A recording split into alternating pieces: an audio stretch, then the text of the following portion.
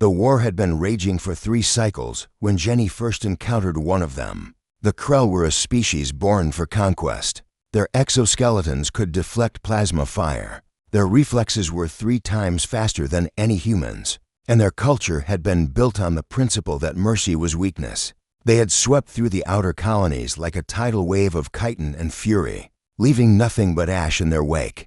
Jenny had been part of the evacuation team on Theta 7 when the Krell intercepted their transport. She remembered the screaming, the way the hull buckled under their weapons, the terrible silence that followed. When she regained consciousness, she was alone in the wreckage, surrounded by bodies of people she'd called friends just hours before. That's when she heard it, a wet, labored breathing coming from beneath a collapsed bulkhead. Every instinct screamed at her to run. The Krell took no prisoners. They killed everything that moved, everything that resisted. But Jenny had been a medic before the war, and some habits died harder than fear. She pushed aside debris with trembling hands until she found the source of the sound. It was a Krell warrior, but smaller than the males she'd seen in combat footage. Female, Jenny realized, noting the different Carapace patterns. One of her legs was crushed beneath twisted metal, green blood pooling around the wound. Her breathing came in sharp, pained clicks. The Krell's eyes, all 4 of them, locked onto Jenny. For a moment, neither moved. Then the alien did something that would later be replayed across every news network in human space. She closed her eyes. Her mandibles went still. Her body relaxed into the debris. She was waiting to die, expecting it, accepting it as the natural consequence of being found helpless by an enemy. Jenny stood there, her hands still shaking, a piece of jagged metal within easy reach. It would be so simple. This creature's people had killed millions, had orphaned children, destroyed worlds, snuffed out countless futures. Justice would be served. Revenge would taste sweet. But Jenny was a medic. She knelt beside the Krell warrior and began to work. Rowan was the first to find them. 2 days later, he led a rescue team through the wreckage, searching for survivors, not expecting to find any. What he discovered instead would change everything.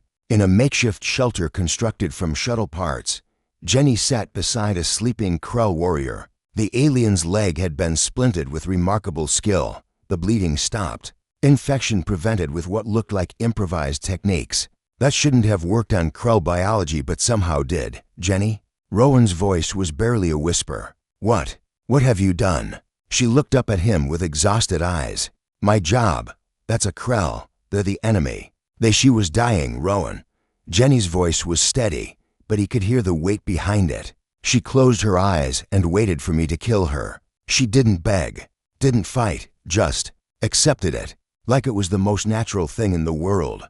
Rowan gestured for his team to hold position. He crouched down, trying to understand. So you saved her instead? What else could I do?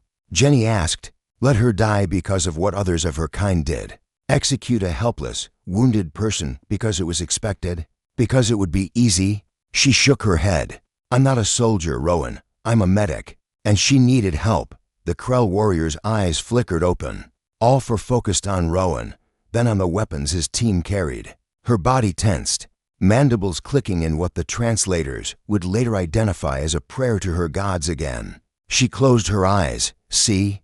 Jenny said quietly. They think we're like them. They think we'll kill without hesitation, that compassion is alien to us, that the strong simply destroy the weak. Rowan stared at the wounded Krell, then at Jenny, then back again. Slowly, carefully, he lowered his weapon. Command is going to lose their minds. Probably, Jenny agreed. But they're not here. I am. And I'm not a killer. The Krell warrior's name, they eventually learned, was Kreshel. She was a low-ranking soldier, barely past her second molting, sent to fight in a war she didn't fully understand, because that's what Krell did. What they had always done, when she was strong enough to speak. She told them about her people's belief system. Strength was divine. Weakness was sin. The universe belonged to those who could take it, and mercy was a luxury only the foolish indulged in. Then what do you call what Jenny did? Rowan asked.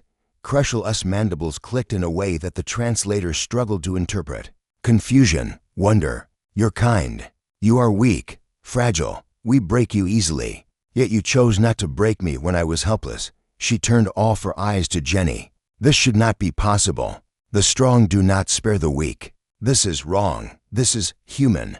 Jenny finished quietly. The word hung in the air like a revelation. What happened next shocked the galaxy, not because it was violent, but because at WASN single quotes the video spread like wildfire.